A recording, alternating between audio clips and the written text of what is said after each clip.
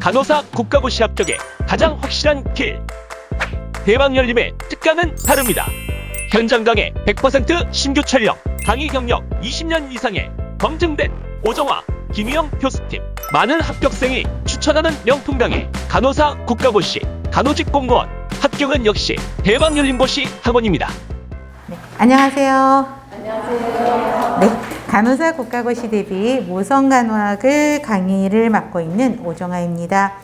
자, 여러분들이 모성간호학은 대표적인 게 임신, 분만, 그 다음에 산후기, 갱년기 이런 계통이 대부분인 것이죠. 아직은 결혼하지 않는 학생들이 대부분이죠. 그렇기 때문에 아직 경험해보지 않았어요. 그래서 되게 어렵게 느껴지고요. 또 이 자리에 우리 남학생들 앉아있죠. 우리 남학생들한테는 제일 취약한 과목이 모성간호학입니다. 왜? 여성의 생식 구조부터 공부를 해야 되고, 모성에서 시험 문제는 남성의 생식 구조는 안 나오거든요. 그러니까 여성의 생식 기계부터 공부를 해야 되고, 또 전용 원로는 여성 호르몬, 그다음에 임신, 분만, 그렇죠? 산후기, 갱년기, 그죠? 폐경, 뭐 이런 것들을, 부인과 질환 이런 것들을 공부를 해야 되기 때문에 조금 어려워진 과목입니다. 그렇지만 모성 문제는 다른 과목에 비해서 어렵지 않아요. 쉬워요. 조금만 공부하면, 그 리듬만 좀 알면은 쉽게 공부할 수 있고요. 모성과락은 많지는 않는데 조금 물음표는 우리 남학생들이 조금 물음표라는 거 보시면 되는데, 그래도 제가 가이드한 부분만 충분히 공부하면 가능합니다. 자, 그래서 특히 모성간호학 공부를 좀 지금이라도 정리를 잘 해놓으시면 여러분들이 이제 결혼하면서 겪게 되는 삶의 변화들이 있죠. 임신, 분만 이런 과정 등을 조금 더 쉽게 접근할 수 있고요. 또 우리 삶에 대해서 적극적으로 대처를 할 수 있다는 느낌도 들 수 있습니다. 우리 모성문항은 총 35문항이죠. 그런데 여러분들 보면 그 목차라든가 이런 데 보면 생각을 좀 해보시면, 자, 어떤 부분에서 제일 시험 문제가 많이 나올까요? 정상적인 부분에서 시험 문제가 제일 많이 나와요. 그러면 정상적이라고 하는 부분이 어디예요? 임신, 분만, 산후기, 그쵸? 그 다음에 갱년기. 이게 대부분을 많이 차지하고, 빈도수는 얘네들이 제일 높아요. 근데 그 다음에 나오는 것들 중에 항상 따라오는 게 고위험 질환에 대해서 이제 문제들이 나오게 되죠. 그래서 그런 부분들을 제가 정리를 잘 해드릴 겁니다. 자, 그래서 정상 부분만 그래도 공부를 해도 충분히 점수를 얻으실 수 있는 부분이고요. 다른 과목과 마찬가지로 3시간씩 6회 18시간으로 진행을 할 겁니다. 자, 다시 한번 강조하지만 부족한 부분이 있으면 그 과목을 더 중점적으로 공부를 해야 되고요. 내가 우리 남학생들 모성간호학에 취약하다 그러면 모성간호학에 더 비중을 많이 두고 공부를 하셔야 되겠고, 중요한 거는 반복이 중요합니다. 그래서 복습 수시로 하시는 거 부탁드립니다. 문제 많이 풀거는 보다는 기본 이론 개념이 굉장히 중요하다고 보시면 되겠습니다. 자, 그러면 들어가 보도록 하겠습니다. 자, 119페이지 1번 여성건강 개념이죠. 자, 여성건강 간호의 목적을 물어봅니다. 근데 이런 문제는 절대 틀리면 안 되죠. 굉장히 쉽죠. 자, 여러분들 유인물에서 보면 기본 철학이 나오죠. 여성 중심. 여성건강 간호학은 여성만 들어가는 게 아니죠. 또 누가 들어가요? 가족 중심 접근법이죠. 그래서 첫 번째 줄에 여성 중심, 가족 중심 접근법 꼭 기억을 하셔야 되겠고요. 자, 개념도 보세요. 여성의 일생을 통한 전 연령층이에요. 그래서 여성 자신과 가족의 안녕, 건강 증진, 유지 이런 걸 돕는 거고요. 가임기 여성뿐만 아니라 남편, 신생아, 그렇죠? 애들까지도 들어가죠. 여성의 성숙성과 관련하여 사춘기부터 폐경기 이후까지 관련되는 건강 문제를 가족 중심적 접근 방법으로 풀어내는 거죠. 그래서 가족 중심이라는 말 꼭 기억을 하시고요.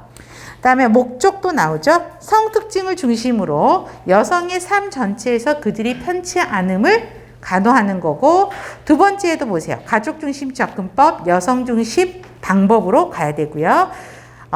개념의 세 번째 땡과 목적의 마지막 땡도 거의 같은 말이죠. 핵심 단어는 가족 중심, 여성 중심이라는 거 꼭 기억을 하시기 바라겠습니다. 그러면 1번 볼게요. 1번은 O예요, X예요? 왠지 O 같죠? 근데 틀렸죠? 자, 임부와 신생아 그 가족이 임신과 출산만 하는 건 아니죠. 임신도 있고 출산도 있고 산후기도 있고 갱년기도 있고 여성 질환도 있죠. 그렇기 때문에 전체적인 거 다 들어가죠. 2번 여성 생식기의 질병과 초경, 사춘기, 폐경까지 다룬다? 아니죠. 폐경기 이후까지 다루게 되죠. 3번 여성의 성수덩을 중심으로 출산기에 초점을 맞춘다? 아니죠. 출산기가 아니라 사춘기에서 폐경기까지. 그 다음에 4번 여성의 생식기간 그 기능에 대한 이해를 도모하고 성과 관련된 이용 요인에 대해서 이해한다. 이건 전혀 다른 문장이죠. 5번 전생, 이게 핵심이죠. 통해 건강유지, 증진, 질병 예방, 회복과 관련된 편치 않음을 탐구하고 간호하는 것입니다. 5번이 답이죠. 2번은 뭘까요? 가족중심 접근법을 강조하는 이유. 몇 번이죠? 4번이죠. 임신분만 육아는 어머니 일뿐만 아니라 가족 전체의 과업이죠. 그래서 유인물에 보시면 접근 방법은 굉장히 시험 문제 많이 나왔어요. 머스 들어가셔야 되겠고요. 가족중심 간호, 여성중심 간호를 강조하고 있죠. 자, 나머지는 그냥 보셔도 되는데 특히 기본 원리 봐보세요. 제일 밑에 기본 원리가 아니라 제일 밑에 가족중심에서, 그래서 가족중심 간호가 참여분만이요. 자연분만, 모자동실, 가족분만, 가정분만의 부활들이 이제 가족중심의 간호로 연결이 되고 있고요. 여성중심의 간호로 가야 된다라고 보시면 됩니다. 이거는 그래도 쉽게 풀 수 있는 문제입니다. 3번 여성건강간호사의 역할 계속 나오죠. 아동에서도 이거 나왔었죠. 여기도 여성건강간호사의 역할입니다. 간호 제공자 역할, 옹호자, 교육자, 연구자 역할 모델이 돼야 되고요. 정치 사회적 역할을 갖고 있습니다. 그래서 정치 사회적 역할은 건강관리 체계를 이제 확립을 해야 되는 부분에서 정치 사회적 역할을 한다라고 보시면 되는데 3번 문제를 보세요. 대상자와 그 가족에게 질병 및 치료에 대해서 여러 가지 대안 중에 자신에게 가장 적합한 대안을 선택하도록 의사결정을 할 수 있도록 도와주고 지지해주는 역할. 옹호자의 역할이죠. 2번입니다. 자, 4번은요. 자, 생정 통계를 이제 물어보는 문제이기는 하는데요. 자, 이거는 여러분들 틀린 거는 5번이에요. 자, 주산기 사망률은 가임기 여성의 연한 인구분의 임신 29주 사산수 플러스 한 옆에다가 플러스 옆에 유인물이 있어요. 7일 미만 신생아 사망률이 더 더해져야 돼요. 그래서 5번이 틀린 거고, 자, 그럼 유인물을 먼저 볼게요. 여기에서 가능한 것들을 조금 정리를 해봤는데, 자, 출산율이요. 15세에서 49세. 우리가 가임 여성을, 물론 50 넘어서 출산하신 분도 계세요. 제가 아는 분은 50 넘어서 출산을 하셨거든요. 생올경을 안 하시더래요. 그래서 폐경이구나 라고 생각을 했대요. 그러니까 살이 찌는 거죠. 우리 폐경하면 엄마들 살이 찌거든요. 저 역시도 그렇고. 그러니까 폐경하고 나서 살이 찌니까 이제 폐경이 맞나 보다, 폐경기로 가고 있나 보다 라고 했는데 임신이었던 거예요. 그래갖고 5개월쯤에 하신 거예요. 태동 느끼면서. 입덧도 안 하셨대요. 그러니까 얼마나 놀라셨겠어요. 관리도 산전관리도 안 됐죠. 그렇고 조사 하나를 낳긴 하셨거든요. 한 7개월에 불만하셨는데 지금은 그 늦둥이 없어서는 못 사시겠대요. 너무 예뻐서. 근데 슬픈 건 그 애를 케어할 체력이 이제 부족하다, 뭐 이런 말도 하긴 하는데, 자, 49세까지가 가임 여성으로 우리나라가 보고 있습니다. 그래서 1년간 총 출생아 곱하기 1000명이죠. 기본 단위는 거의 1000이에요. 이해돼요? 그래서 1000으로 보시면 되고, 그래서 출산율 보는데 연한 인구라는 말이 좀 어려울 수 있어요. 그래서 1년의 중앙 인구요. 그래서 보통 1년을 12개월로 계산을 하면 7월 1일자 인구수를 기준으로 올해 총 출생아 곱하기 1000명 이렇게 되는 거예요. 그 다음에 나머지는 그냥 보셔도 되고요. 신생아 사망률이요. 우리 아동에서도 했었죠. 아동도 연간 총 출생수분의 신생아 생후 28일까지 사망한 수 곱하기 1000. 그 다음에 영아 사망률도 우리 아동에서 했었죠. 총 출생수 분의 1년 미만 사망자 수 곱하기 1000. 그 다음에 모성에서 좀 나온다 그러면 주산기 사망률이에요. 그래서 출생 전후기 사망률인데 주산기라고 하면 28주 이상, 그러면 7개월이죠. 7개월 이상의 태아 사망과 생후 일주일 안에 사망한 신생아를 이야기합니다. 걔를 더한 거예요. 그래서 지금 4번의 문제 5번을 보면 7일 미만 신생아 사망이 빠진 거죠. 그래서 틀린 거예요. 그래서 거기에다 곱하기, 그러니까 모성 사망수 분해, 그쵸? 아니다. 총 출생수 분해 28주 사산수 플러스 7일 안에 사망한 신생아 수 곱하기 1000이라는 거. 이게 보시면 될 것 같아요. 자, 이것만 좀 보셔도 될 것 같습니다. 나머지는 그냥 참고사항으로 보셔도 되고요.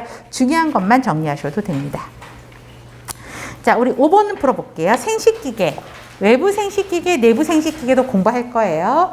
자, 사춘기 여성에서 내부 생식기의 성숙을 알 수 있는 징후. 내부 생식기. 몇 번이죠? 4번. 그쵸? 월경 시작이죠. 사춘기를 알리는 뚜렷한 지표가 첫 시작이 월경이죠. 초경이죠. 그렇기 때문에 월경 시작하는 게 내부 생식기의 성숙을 알 수 있습니다. 자, 성정체감의 의미를 잘 설명한 거. 자, 답은 5번이에요. 자신이 어느 성별에 속해 있다는 걸 알게 되면서 시작되는 게 성정체감이고요. 우리 3번 보세요. 성정체감은 20세 전후에 형성되고 이때 형성된 성정체감은 변화되지 않는다. 자, 틀린 문항이죠. 어떻게 틀린 거죠? 우리 그렇죠. 20세. 성정체감이 언제 완성된다 그랬어요? 형성된다 그랬어요? 3살. 그쵸? 3살 때 만들어지거든요. 그래서 20세가 아니라 3세 초기에 만들어지고, 자, 성정체감은 변화되지 않는다? 아니죠. 계속적으로 변화된다라고 바꾸시면 됩니다. 자, 성정체감에 대한 정의 여러분들한테 드렸습니다. 그래서 첫 번째 땡, 3세 정도의 형성이 된다. 계속적으로 발달되는 성장 발달의 요소다 라고 보시면 되겠고요. 나머지 정의는 참조하셔서 보시면 됩니다. 자, 7번. 청소년이 경험하는 성문제 발생 원인이 아닌 것. 몇 번일까요? 이것도 쉬운 문제예요. 성문제 발생하는 이유가 아닌 것. 3번이죠. 성에 대한 올바른 정보를 갖고 있으면 성문제 발생할 일이 없죠. 또 성에 대한 긍정적인 인식이 증가하면 성문제 발생 안 하죠. 1번, 2번, 4번, 5번 이런 것들이 전부 성문제를 일으키는 원인으로 볼 수 있습니다. 또 피임법에 대해서 제대로 모르는 경우도 성문제가 대두되고 있죠. 여러분, 성문제 여러분들 다 알 거라고 생각을 하는데 나중에도 피임에 대해서 이제 또 공부를 할 건데, 우리 그래도 간호대학 학생들은 들은 풍월이 있어서 조금은 알아. 근데 은근히 생각보다 우리 여대생들 되게 몰라요. 피임하는 방법. 그쵸? 그렇기 때문에 이런 거에 대한 것도 교육이 명확하게 이루어져야 되겠죠? 자, 8번. 성교육과 성상담 방법인데요. 자, 유인물 먼저 볼게요. 개방형, 폐쇄형 질문을 통해서 궁금해하는 걸 먼저 파악을 해야지 궁금해하는 거에 대한 답을 줄 수 있죠. 논리 중심보다는 주제나 문제 중심으로 가야 되고, 그 성교육을 받는 대상자 연령을 파악해서 거기에 맞게 성교육을 해야 되고요. 남녀 섞어놓고 해야 돼요. 남자애들만 분리해서 하고 여자애들만 하는 게 아니라 남녀 혼성 집단 동그라미 하셔야 되겠고요. 문제가 있는 대상자, 성폭행 경험자가 상처를 입지 않도록 해야 되고요. 이때는 전문용어, 너무나 막 의학용어보다는 책에 있는 전문용어들을 쓰면서 사실적이다, 구체적이다, 직설적으로 설명을 하셔야 됩니다. 또 하나, 성에 대한 긍정적, 확고한 가치관을 능동적으로 습득하도록 해 주셔야 되죠. 자, 그러면 8번. 적절하지 않는 거는 바로 나오죠. 5번이죠. 논리 중심보다는 주제나 문제 중심으로 가야 되죠. 우리 9번은 우리 상식으로 풀어야지. 자, 배란식이야. 이것도 뒤에 계속 나올 건데. 몇 번이죠? 3번이죠. 다음 월경 예정일이죠. 월경 시작일에서 플러스 마이너스 14일 플러스 마이너스 2일 전. 그래서 평균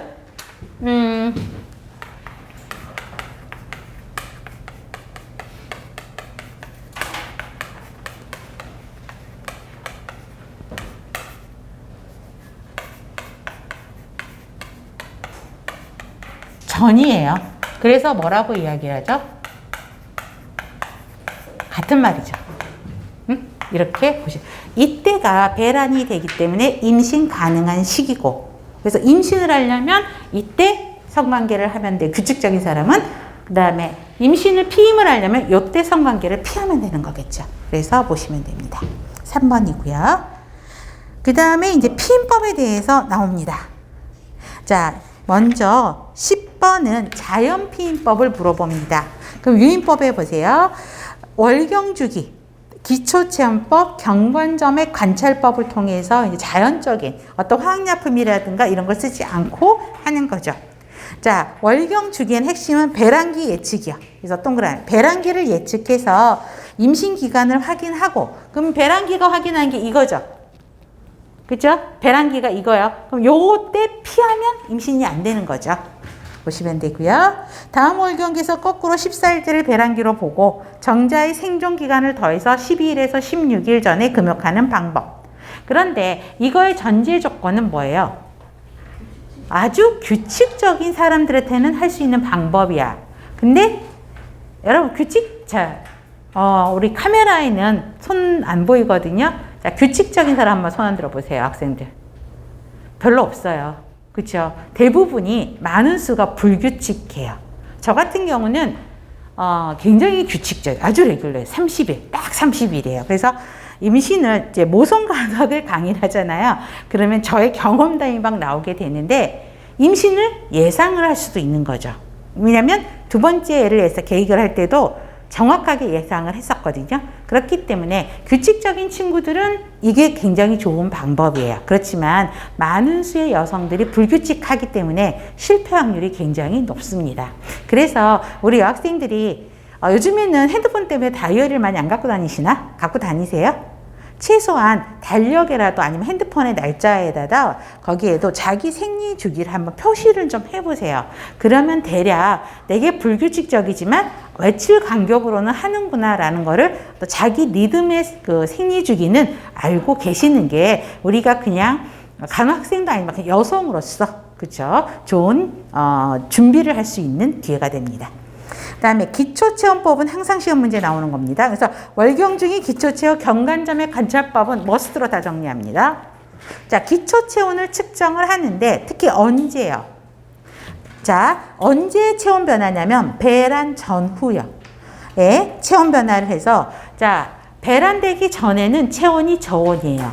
그런데 배란이 되면 프로게스테론 호르몬에 의해서 체온이 약간 많이 올라가는 게 아니야. 약간 0.5도인가? 이 정도로 올라가요. 그렇기 때문에 그때를 보고 과잉 기간을 확인해서 3일 동안 그 피임하면 피임이 되는 거죠. 자, 그래서 여기도 보세요. 배란 후에 상승하죠. 0.4도인데 0.5로 외우셔도 크게 문제는 0.4냐 0.5냐 이런 거는 안 나와요. 시험 문제. 0.5도씩 정도 올라가서 자, 배란 때에서 자, 여러분 보세요. 배란이 요때 한다라고 생각을 하면 배란 여기가 전이죠. 전 후, 그 다음에 후. 배란 전에는 어떤 호르몬이죠? 강한 게 에스트로겐 호르몬이 강해요. 그래서 이때는 체온이 낮아요. 조금 낮아요. 그랬다가 배란이 되면서 이때 프로게스테론 호르몬이 배출되기 시작합니다. 그러면 이때 체온이 약간 올라가요. 그러면서 이거를 날마다 기초 체온을 아침에 나중에 또 자세하게 나오겠지만 날마다 아침에 눈 뜨자마자 체온을 측정을 하게 되죠. 그러면 이 체온의 변화를 모니터를 하면서 요때 시기를 피하면 되는 거죠. 그래서 보시면 되고요. 그래서 특히 그 체온이 상승하는 거는 자, 요때 좀 올라가서 그쵸? 월경 전까지는 0.5도씩 올라간 상태가 유지가 되는 거죠. 그래서 요때 올라가는 요 3일만 피하시면 돼요. 근데 이때는 프로게스테론 호르몬의 영향을 받는다는 꼭 기억을 하셔야 됩니다. 그다음에 경관점액 관찰반이에요. 자, 배란시에는 경관점액이 굉장히 양이 많아지게 됩니다. 그래서 경관점액도 나중에 좀 더 자세하게 나오겠지만 배란을 중심으로 경관점액이 양이 많아지고요. 굉장히 투명합니다. 그래서 계란의 흰자같이 투명해지는 양상을 보면서 이제 그때 피임을 하시면 되는 거죠. 자, 그러면 10번 볼게요. 기초체온법을 물어봅니다. 1번은 틀렸죠. 어떤 호르몬? 프로게스테론 호르몬. 배란 전에는 체온이 하강하고 배란 시에는 체온이 상승한다. 2번이 답이죠. 3번. 그럼 3번을 어떻게 볼까? 기초체온법은 배란기를 정확하게 예측해내는 방법이다. 아니죠. 자, 기초체온을 날마다 재요. 그죠? 재는데 이 체온에 영향을 주는 요인들이 굉장히 많아요. 날씨가 이렇게 덥거나, 그쵸? 감기 증상이 있으면 또 올라가거나, 아니면 겨울에는 전기 패드들 많이 쓰잖아요. 전기요들. 그런 데 있으면 0.5도씨는 금방 올라가죠. 그래서 다양한 요소들이 많기 때문에 실패할 확률이 굉장히 높습니다. 4번. 체온이 상승할 때 성관계를 하면 임신이 되죠. 그러니까 이때 피임을 해야 되는 거죠. 성관계를 금해야 되는 거겠죠. 피임 목적이니까. 감염, 과로 및 성교 여부 등은, 자, 감염이 있을 때는 체온이 올라가요, 내려가요? 올라가요. 과로하면 올라가요. 성교를 하게 되면 올라가게 되죠. 이런 것들은 기초 체온의 변화를 주지 않는 요소가 아니라 변화를 주는 요소죠. 그래서 답은 2번입니다. 11번 볼게요. 자, 유인물 보면 여러분, 피임법 종류만 해도 이렇게 많고 시험 문제가 얼마나 많이 나올까? 그렇죠? 근데 이제 많이 나오는 거는 여기에서 피임법에서는 경구 피임약과 자궁내 장치가 제일 많이 나와요. 국시에서는. 그런데 제가 여러 개 써놓은 것들이 있을 거예요. 뭐 누바링, 피하 이식법, 페미돔 막 이런 거 써놨거든요. 사실 이거는 국시에는 아직까지는 안 나왔는데 여러분들이 세대는 이제 피임을 해야 되는 세대잖아요. 그렇죠? 그렇기 때문에 그런 정보를 조금 더 알려드리려고 조금 자세하게 줬고 일부러 그런 문제 중심으로 문제를 내봤어요. 충분히 가능성이 있는 문제들입니다. 자, 경구 피임약 머스 들어갑니다. 일단 여러분들이 가장 먼저 시도하는 게 경구 피임약일 거예요, 여성분들이. 자, 경구 피임약은 에스트로겐과 프로게스테론 복합체로 이루어져 있기도 하고요. 프로게스테론만 되어 있는 경구 피임약도 있습니다. 자, 세 번째 별표. 배란도 억제하지만, 자, 난관 기능을 방해하고 자궁내막 경감전의 변화로 착상을 못하게 하는 거죠. 그러면서 피임 효과예요. 그래서 경구 피임약의 세 번째 특성은 꼭 기억을 하시고요. 그다음에 월경 주기 조절에 효과적입니다. 장점은 100% 효과가 있고요. 월경 주기 조절이 가능하고요. 성생활하고 무관하게 사용할 수 있습니다. 단점은 이거 날마다 복용을 해야 돼요. 우리 영양제도 날마다 복용하는 거 쉽지 않죠? 깜빡깜빡하죠. 특히 요즘 저 같은 경우는요. 약 먹는 걸 자꾸 깜빡깜빡거려요. 그렇죠? 자, 매일 복용해야 효과가 분명하기 때문에 잊어버리는 경우들이 많아요. 자, 부작용은 별표하세요. 이거를 다 외울 수는 없죠. 부작용은. 자, 이건 이런 문제가 있을 때, 경구 피임약을 먹으면 이런 문제들이 좀 있겠구나라고 보시면 되는데, 출혈도 있고요. 월경도 있고, 그쵸? 보시면 됩니다. 자, 절대금기에서 절대금기냐 산대금기냐를 외울 필요는 없고요. 자, 중요한 거는 혈전색전증 기억하셔야 돼요. 자, 가장 대표적인 게 이거예요. 자, 경구 피임약의 부작용 중에 하나가 혈전증이에요. 그렇기 때문에 혈전색전증이 있는 환자는 절대 이거 쓰면 안 되게 더 심해지니까. 그렇죠? 그래서 혈전색전증은 꼭 기억하실 필요가 있고요. 자, 주의점에서 이게 나오죠. 자꾸 깜빡거려요. 잊어버려요. 그래서 잊어버리면 어떻게 대처를 할 거냐고요. 자, 복용을 잊은 경우 보세요. 12시간 이내 생각이 났어. 아침에 먹어야 되는데 잊어버렸는데 12시간이 아직 안 지났어. 그러면 즉시 복용하고 다음 정제는 예정대로 복용하시면 돼요. 12시간 이상을 경과했네? 그러면 일단 잊어버린 그 시간에 한 14시간째 알았어. 그러면 어때요? 약 복용하고 다음 정제도 예정대로 그 다음날 복용하시면 돼요. 한 알 이상 복용하지 않았어. 그러면 하루를 건너뛰었다는 거지. 24시간. 그럴 때는 마지막 항정과 제날짜 한 장을 같이 먹어야 돼요. 동시에 복용하고 그 다음에 다음날 예정대로 먹으면 되는데 아무래도 효과는 떨어지겠죠. 피임약 복용 중단을 원할 때는 오늘부터 내가 안 먹고 임신해야지? 이거 안 돼요. 그 복용 주기를 다 끝나고 스탑하셔야 됩니다. 임신을 원할 때는 다른 피임법을 병행해서 해야 되고요. 자, 자궁내 장치가 올해 시험 문제에 나왔었죠. 자, 자궁내 장치는 뭐예요? 자궁 안에 어떤 피임 기구를 넣는다라는 건데, 자, 수정란 장치 착상을 방지하고 정자의 난간 이동을 방해한다. 이거는 꼭 기억하셔야 됩니다. 착상 방지예요. 자, 자궁내 장치는 이런 형태로 되어 있어요. 이렇게 되어 있어 갖고 자궁이 이렇게 있죠. 이렇게 있으면 여기에 이렇게 T자 모양으로 되어 있어서 이 안에 수정란이 들어오면 착상하지 못하도록 막는 기구가 자궁내 장치입니다. 자, 부작용은요.